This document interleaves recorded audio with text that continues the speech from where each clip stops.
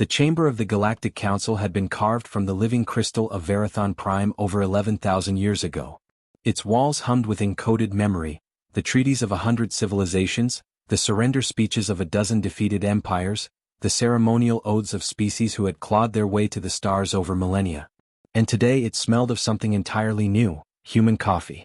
Ambassador Sarah Voss set her thermos down on the polished obsidian table without ceremony. She was 39 years old, born in the mining colony of Cresthold on Mars, and she wore no diplomatic jewelry, no ceremonial sash, no holographic rank insignia. She wore a gray blazer and a small pin shaped like Earth's western hemisphere, the side that included the Americas where her grandmother had been born. Across from her sat High Arbiter Zalvine of the Kethoran, a towering creature of iridescent chitin whose 4 eyes swept across Sarah with the casual disdain of someone inspecting a pest. Beside Zalvine sat Fleet Speaker Toravan of the Merevithi Collective, whose translucent body pulsed with bioluminescent language even when silent. And then there was Elder Counselor Moxdralean, the ancient Verati patriarch who had personally overseen the induction of 11 species into the council's ranks. Not one of them stood to greet her. "Ambassador Voss," said Zalvine, his voice processed through 3 translator nodes before reaching human ears. "You are 3 of your minutes late." "Traffic," said Sarah pleasantly and opened her thermos. A murmur passed through the chamber, 47 representatives of 31 civilizations watching the proceedings from elevated observation rings that spiraled up the walls like a nautilus shell. Several species communicated astonishment through chemical, light, or vibrational means. A human had just used humor during a formal opening address. Moxdralean's ancient voice rolled through the room like grinding stone. "Ambassador, the Galactic Council has reviewed humanity's application for full membership, a status your species first requested 112 of your years ago. After extensive deliberation, our assessment committee has arrived at a decision." Sarah nodded, sipping her coffee. "Humanity's application for full membership is denied." The elder paused for effect. "The grounds are as follows. First, your species demonstrates insufficient cooperative alignment with established galactic norms. Second, your military posture remains classified beyond what we require of member species. Third, and this is perhaps most pressing, humanity continues to operate 17 research stations in the Outer Veil without council authorization." Toravan of the Merevithi pulsed a cold blue. "We are, however, prepared to extend a provisional observer status, renewable every 15 of your years, conditional on full military disclosure and cessation of Outer Veil operations." Sarah set down her coffee cup. She looked at it for a moment. Then she looked up. "I see," she said. "You are free to present a rebuttal," Zalvine offered. "Council protocol guarantees you 40 of your minutes." "That's very generous," Sarah said. She reached into her satchel and produced a single data chip, a flat, matte black square the size of a thumbnail. She slid it across the obsidian table. "But I think what's on that chip will suffice." Moxdralean reached for it with a pale appendage. "What is this?"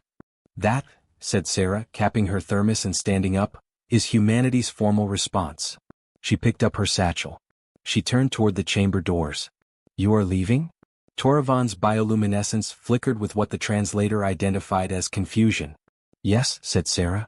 "The deliberation is not complete," said Zalvine, rising slightly from his seat. "Protocol dictates." "Goodbye," said Sarah Voss. And she walked out. The 47 observers above had gone completely silent. The doors sealed behind the human ambassador with a soft, decisive click that echoed across 11,000 years of carved crystal. For a long moment, nobody moved. Then Moxdralean picked up the data chip and slotted it into the council's central reader. A holographic projection bloomed above the table. Line after line of data, coordinates, treaty references, statistical analyses. The elder read for 11 seconds before his ancient composure cracked for the first time in a century. "Summon the emergency committee," he said quietly. "What does it say?" asked Toravan. Moxdralean looked up. His eyes, usually lidded with the sleepiness of the very old and very powerful, were wide. "It says," he said slowly, "that humanity has already left." The data chip contained 462 pages of documentation. Among them, notification that the Terran Commonwealth had already initiated withdrawal of all human ambassadors from Council-aligned worlds. That the 17 Outer Veil stations had been upgraded to full colonial outposts 3 years prior and were no longer within Council jurisdiction by humanity's interpretation of the Frontier Boundary Act of 2301, an act the Council itself had authored. That the Terran Commonwealth no longer recognized the Galactic Council's authority over human affairs, effective immediately. And a polite note, written by hand in English and then translated into 41 languages, that read, "We tried for 112 years. You made it very clear how you feel about us. We respect that. We're going to go build something of our own. We hope you find what you're looking for. Sarah Voss, final ambassador of the Terran Commonwealth to the Galactic Council." Zalvin read it 3 times. Then he said something in his native language that no translator was calibrated to process. And the silence in the chamber of Verathon Prime grew very loud indeed. The most remarkable thing, noted by several observers later, was that she had not slammed the door. She had not shouted. She had not made demands or issued warnings or given speeches. She had simply left, with the quiet certainty of someone who had already made their decision long before walking into the room. The gesture was, in its own way, the most powerful diplomatic statement the chamber had witnessed in living memory. Because anger could be answered. Outrage could be met with force or compromise or time. But calm, deliberate departure, that was something the Council had no protocol for. In 900 years of galactic politics, no species had ever simply stopped caring what the Council thought of them. The chamber sat in stunned silence for 40 minutes before anyone spoke. When they finally did, the first words said aloud were from a junior Verati secretary in the observation ring, who said in a very small voice, "Should someone go after her?" Nobody answered. Because everyone already knew the answer, and the answer was no. You did not run after someone who had already decided. That was the point. That had always been the point. Sarah Voss had not left because she was hurt or angry or afraid. She had left because she was done. And in that distinction lay the entire education that the Galactic Council was about to receive. Fleet Speaker Toravan had not slept in what humans would have called 11 days. In the Merevithi Collective, sleep was not what it was for the soft-skinned bipeds. It was a state of distributed synchronization among the colony nodes, a harmonizing of memory and pattern. Toravan's colony had been struggling to synchronize for weeks now, disrupted by a problem so surprisingly simple that it had taken the collective's greatest analytical minds an embarrassing amount of time to even identify it. The Merevithi could not replicate the drive core schematics. For 22 years, the Galactic Council's fastest courier ships had run on a hybrid propulsion model, a quantum-fold drive married to a conventional ion thruster. The quantum-fold component had been developed by a Merevithi physicist named Osk Kala 17 years ago. The ion thruster interface, the elegant, almost biological system that allowed the two drives to communicate without catastrophic resonance, had been designed by a human engineer at a company called Voss Meridian Dynamics. That company was now behind a sovereign human border. The licensing agreement had not been considered a concern when it was signed. Humanity was a junior observer species, eager for legitimacy, willing to share technology in exchange for recognition. The Council's legal infrastructure had classified the agreement as perpetual. Humanity's lawyers, and humans Toravan was beginning to understand, produced lawyers the way some species produce spores, had read the fine print differently. "The clause on page 312, said Toravan to the assembled collective node, its bioluminescence a dull amber of exhaustion and worry. The agreement is perpetual only so long as the Terran Commonwealth maintains observer status within the Council framework. Upon withdrawal of that status, all shared technology agreements revert to the originating party. The clause has never been tested because no species has ever left the Council before." The Council's legal scholars had spent 2 weeks trying to challenge the interpretation. They had failed. "How many ships are affected?" asked Node Senior Puluvith. "Council-wide. Approximately 14,000 vessels." Toravan pulsed a slow, troubled violet. "Terran replacements are available for purchase. At market rate." Puluvitha's light went very still. "What is their market rate?" "More than fair," said Toravan quietly. "That is perhaps what troubles me most." The Merevithi had expected humans to be angry. Anger was something they could model. Anger looked like demands, threats, sanctions, embargoes. Instead, the Terran Commonwealth had sent a polite trade representative named Davin Kell, a mild-looking man with reading glasses and a calm voice, who had arrived at Yalkathene Station 3 days after the withdrawal notice and offered to continue selling drive components at the same price as before. No markup. No political conditions. No demands for apology. "We understand the Council's ships require maintenance components," Davin Kell had said, sitting across from Toravan with a cup of tea he'd brought himself. "We're not interested in causing harm. We're interested in trade. If you want to continue purchasing our technology, we're happy to sell it." We just won't be giving it away anymore. Toravan had been so confused by this response that it had taken 3 hours to formulate a reply. You are not angry, Toravan had finally said. Davin Kell had considered this. We were for a long time, he said. 112 years is a long time to be patient. But anger is expensive. We'd rather spend our energy on other things. He had then slid across a catalog. It was, Toravan realized with a growing sense of unease, extraordinary. The catalog was 300 pages long and contained technologies the Merevithi had never seen. Propulsion systems, medical equipment, atmospheric processors, construction nanite frameworks, long-range communication arrays, terraforming protocols and, most startlingly, a section simply labeled Educational Systems that contained curricula for 73 scientific disciplines, adaptable to 40 species cognitive architectures. Humanity had been busy. How long have you been developing these? Toravan had asked, genuinely unable to help itself. Davin Kell had smiled. We've been members of the council for 112 years, he said. We were observers. We watched a lot. We learned what everyone needed. We just started building it. In case they left. Toravan had realized, with a chill that ran through its entire colony network, that the humans had not left in a moment of frustration. They had been planning this for years. Perhaps decades. Every shared technology agreement they had signed, they had structured with those clauses. Every research collaboration they had engaged in, they had retained proprietary components. Every trade relationship they had built had been designed to be severable without catastrophic disruption. To the humans. They planned it, Toravan said to the collective node now, pulsing a slow, wondering gold. They planned everything. Paluvith was quiet for a long time. What did we deny them? It finally asked. A seat at a table, Toravan said. After 112 years. The silence that followed was not angry. It was the silence of a species beginning, slowly and painfully, to comprehend the full shape of a mistake. 3 sectors away on the Kethoran border world of Isaveth, a different kind of reckoning was beginning. The Kethoran had relied on human agricultural bioengineering for their frontier colonies, 17 worlds whose soil chemistry was incompatible with native Keth crops, corrected over 40 years by a Terran biotech firm called Greenroot Solutions. The firm's contract included a maintenance clause. Its parent company was registered in New Vancouver, Terran Commonwealth. Greenroot Solutions had sent a very professional notice that its maintenance protocols would continue to be honored, at revised pricing, or could be transferred to Keth bioengineers through a training program available for purchase. The Keth Agricultural Ministry had reviewed the revised pricing. Then it had called an emergency session. Then High Arbiter Zalvine had been woken at what humans would have called 3 a.m. by a frantic message from his own planetary Minister of Food Security. He had not slept since. This was the discovery that shook the Council more than any political development could have. Humanity had not been a guest at their table.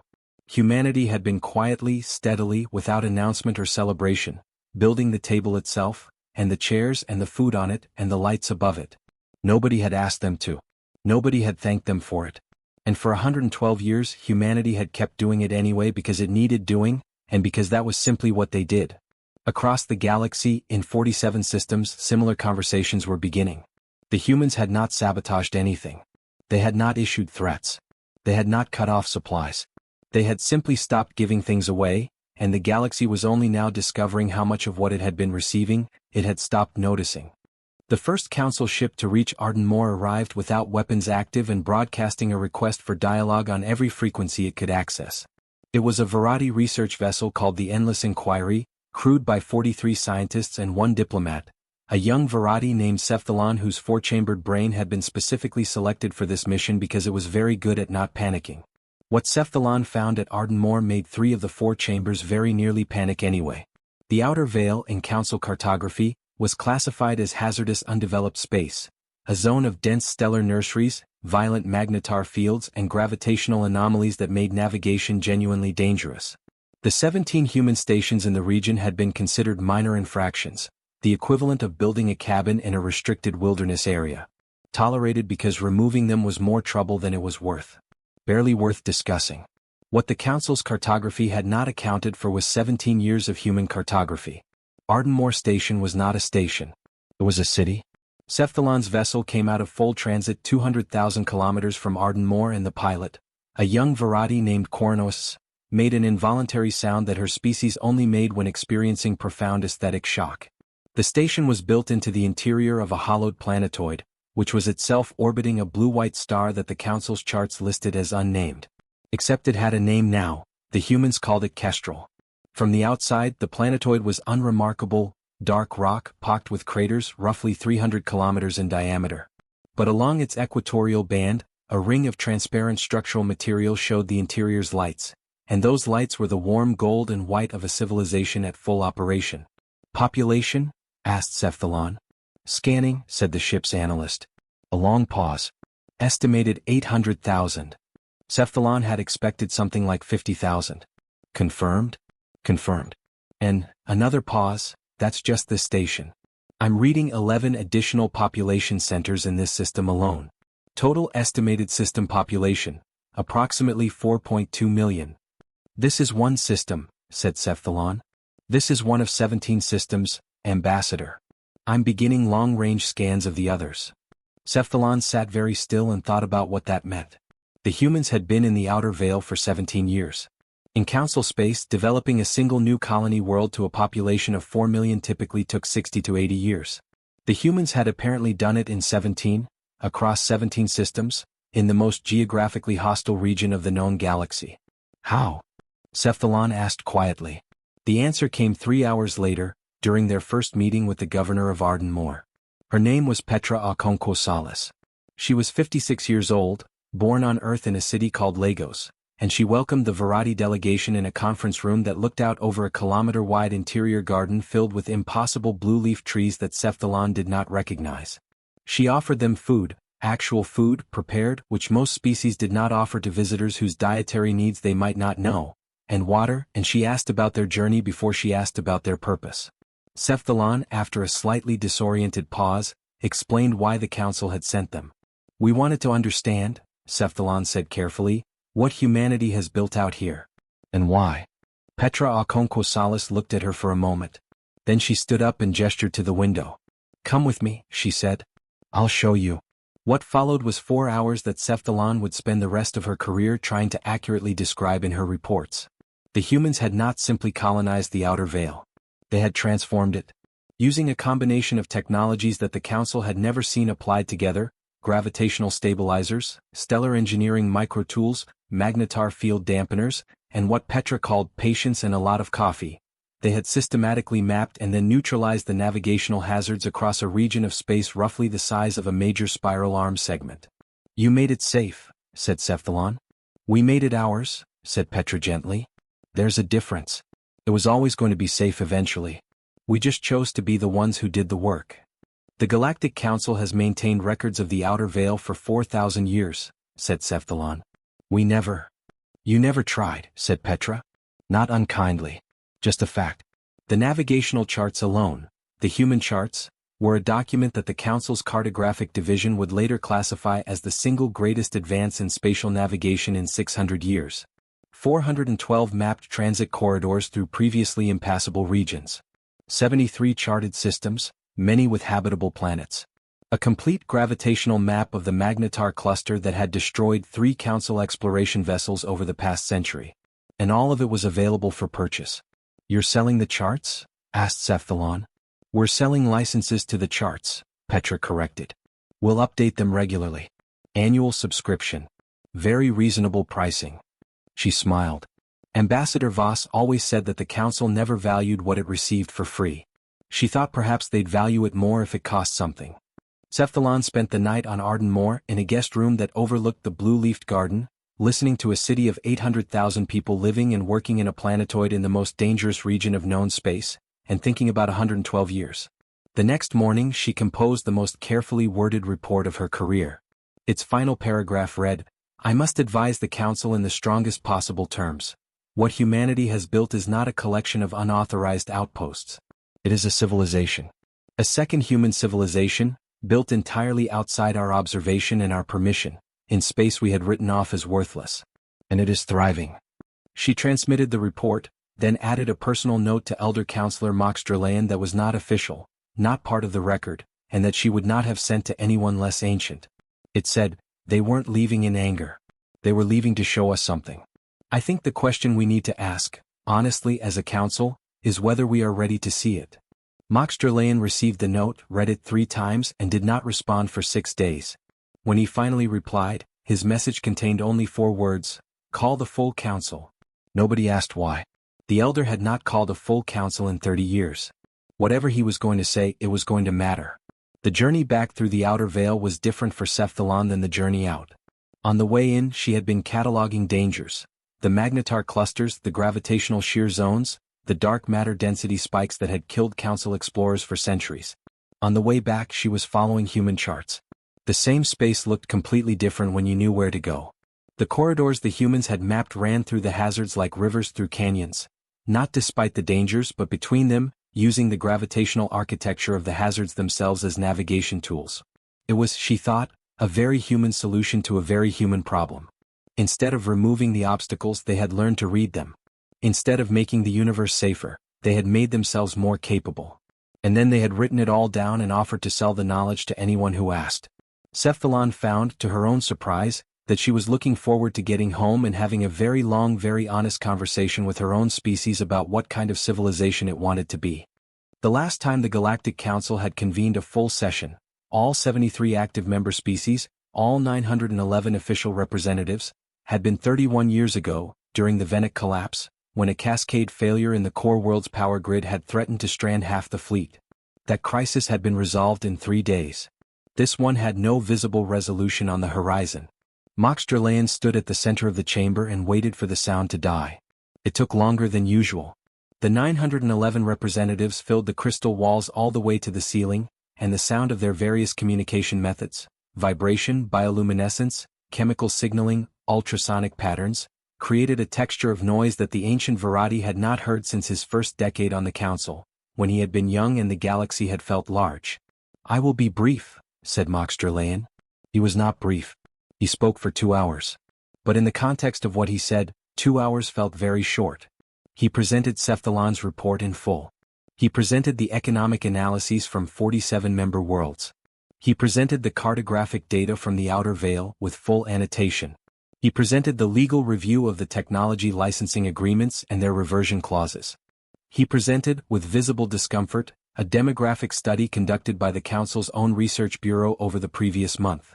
A study commissioned in quiet, without announcement, because the elder was not certain he wanted to know its findings, and which had confirmed his worst suspicion. Humanity had been the Galactic Council's most productive contributor for 60 of the 112 years of their observer membership.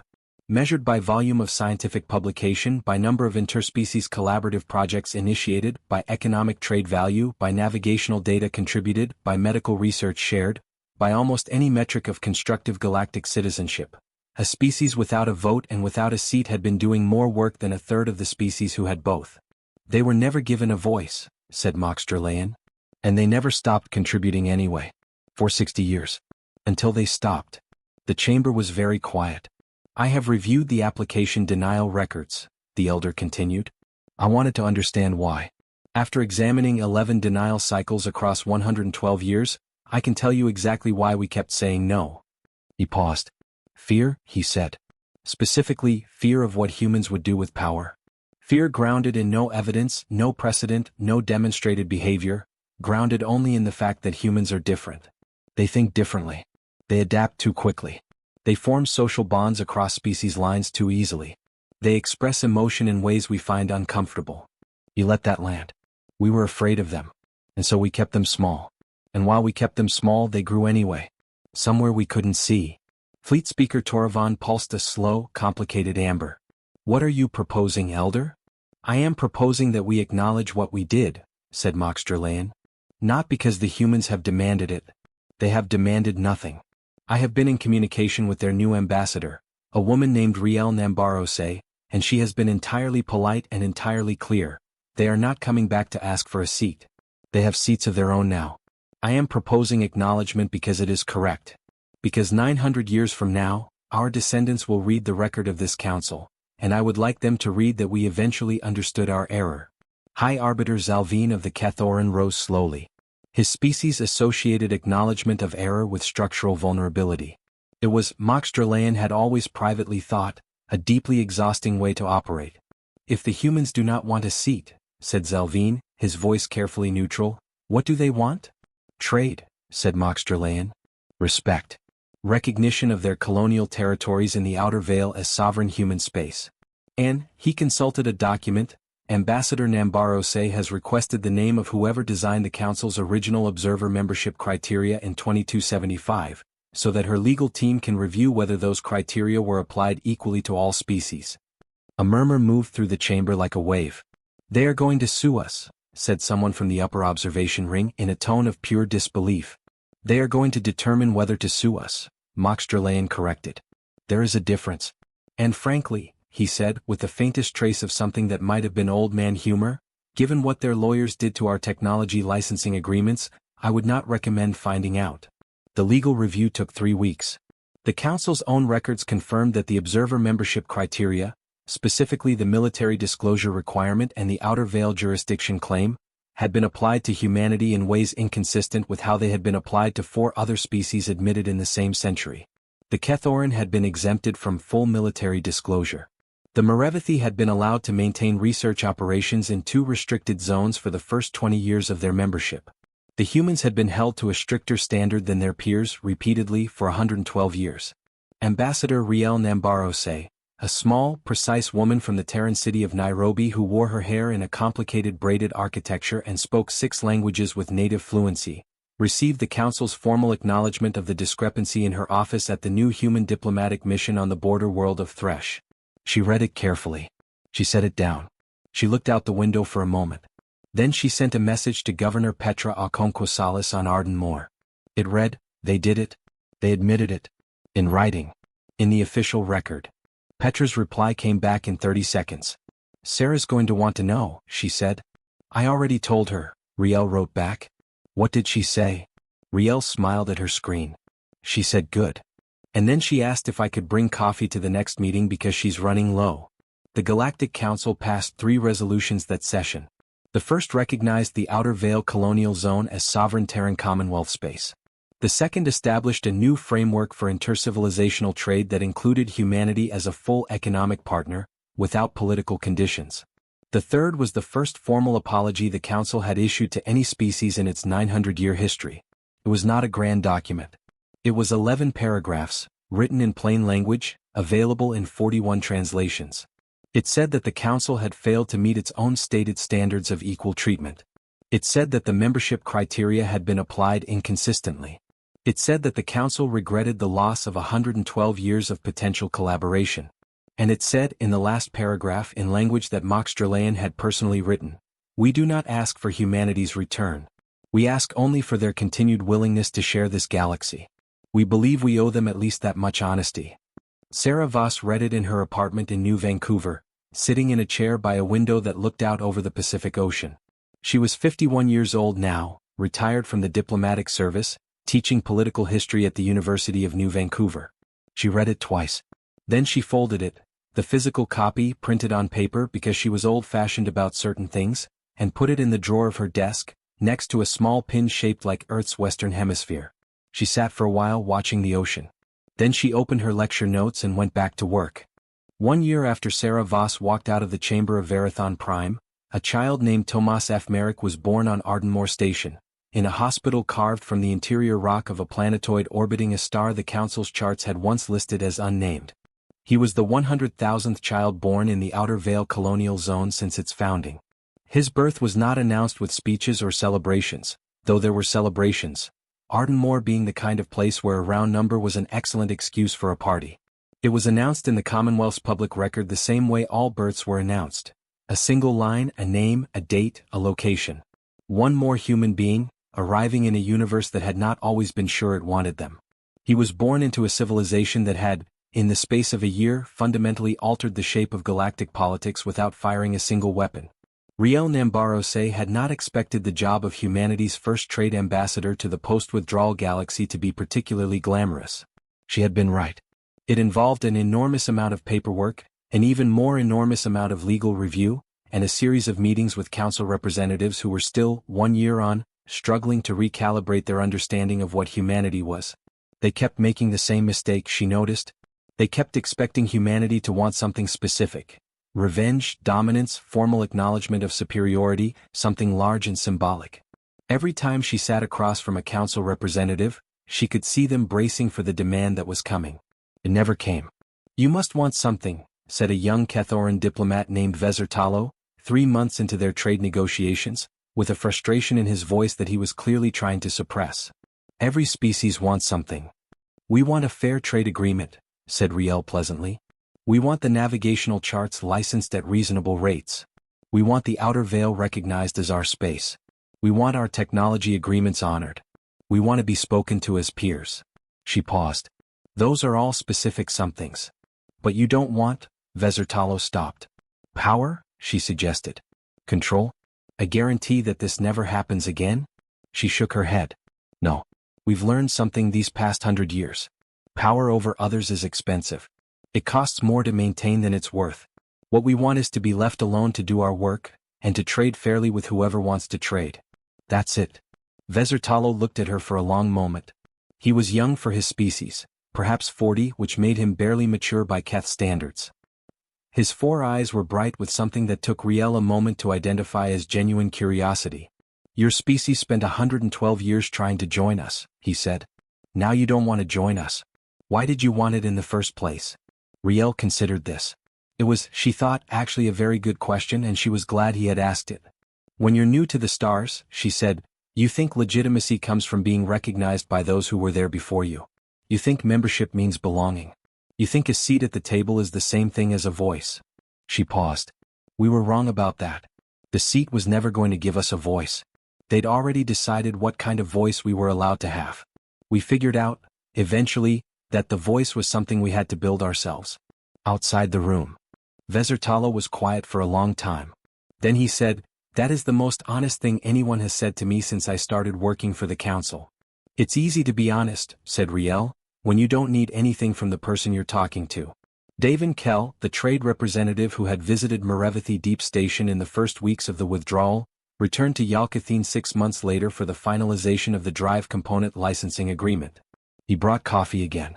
He also brought, somewhat unexpectedly, a small plant in a transparent container, a type of succulent with silver-edged leaves that his research had determined was one of the few organisms compatible with the Merevithi Station's atmospheric mixture. "What is this for?" asked Fleet Speaker Toravan, regarding the plant with confusion. "It's a gift," said Davin. "No commercial purpose. Just a gift." Toravan considered this for a long moment. "Why?" it asked. Davin Kell thought about it. "Because you ask good questions," he said finally. "When Ambassador Voss left Verathon Prime, you were the only council representative who asked the right question afterward." "What question?" "You asked what you had denied us." He shrugged. "A lot of species would have just been angry that we left. You wanted to understand why.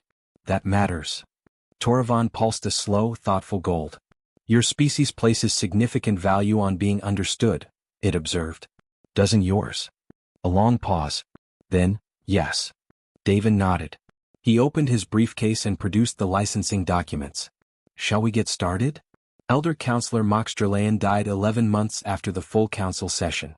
He was, by Varadi reckoning, approximately 900 years old, and his colleagues had been expecting his death for several decades without it happening, which was a very Varadi thing to do. His final official act, logged 3 days before his death, was the submission of an amendment to the council's membership criteria, specifically the military disclosure requirement and the criteria for jurisdiction over unclaimed space. The amendment passed unanimously. It was a small thing bureaucratically speaking. It would not affect humanity directly, since humanity had stopped caring about council membership. But it would ensure that the next species to apply, the Yethran of the Cygnus Drift, currently in their 47th year of observer status, would not spend 112 years waiting for a door that was never going to open. Cephalon sent a notice of the elder's death to Governor Petra Okonkwosalis, with a personal note. She was not certain why. They had met only once. But something in that visit had stayed with her, the blue-leaf trees, the city inside a planetoid, the way Petra had said, "We made it ours," and she found that she wanted the humans to know. Petra replied within an hour. "I'm sorry," she wrote. He seemed like he was trying at the end.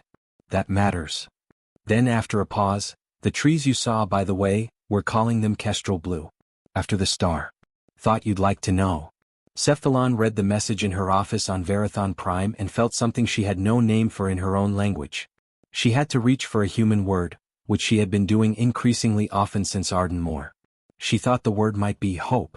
1 year after the withdrawal, a journalist named Caius Drevico-Malade, human 28 years old, born in the Commonwealth's first generation of Outer Vale natives, published a long essay in the Commonwealth Recorder titled simply, "What We Built While They Weren't Looking." It was not an angry essay. It was not triumphant. It was a detailed, careful account of the 17 years of Outer Vale colonization, the engineering, the failures, the losses, the incremental victories, the specific human talent for finding ways to survive in places the universe had not designed for survival. It ended with a paragraph shared more widely than any piece of Commonwealth writing since Sarah Voss's resignation letter. We are often asked, now that the galaxy knows what we built, whether we built it to prove something. I think the honest answer is no. We built it because humans build things. We have always built things even when nobody was watching, even when nobody asked us to, even when the places we were building in were cold and dark and violent and difficult. We didn't build the Outer Veil to show the Council what we could do. We built it because it was there and it needed building and we were available. That has always been enough for us. It probably always will be. On the night of Tomas F. Merrick's first birthday, Governor Petra Okonkwo-Salas stood at the observation window of Ardenmore Station and looked out at Kestrel, the blue-white star that her people had named and mapped and learned to live beside. Somewhere out there, the Galactic Council was doing the slow, difficult work of becoming something different than it had been. Whether it would succeed, she didn't know. Whether it mattered in the long run, she also didn't know. What she knew was this: the star outside her window was beautiful. The city behind her was full of people who had built something extraordinary in a place the universe had tried to make uninhabitable. Somewhere in the maternity ward, a 1-year-old child was asleep in a room carved from ancient rock, under light that his parents had put there. Humanity had walked away in silence, and the galaxy had not been able to handle it. But then, quietly, without ceremony, without speeches, humanity had gotten back to work. That, Petra thought, was always the part people missed. The silence wasn't the point. The work was always the point. She watched Kestrel burn, steady and bright, and smiled.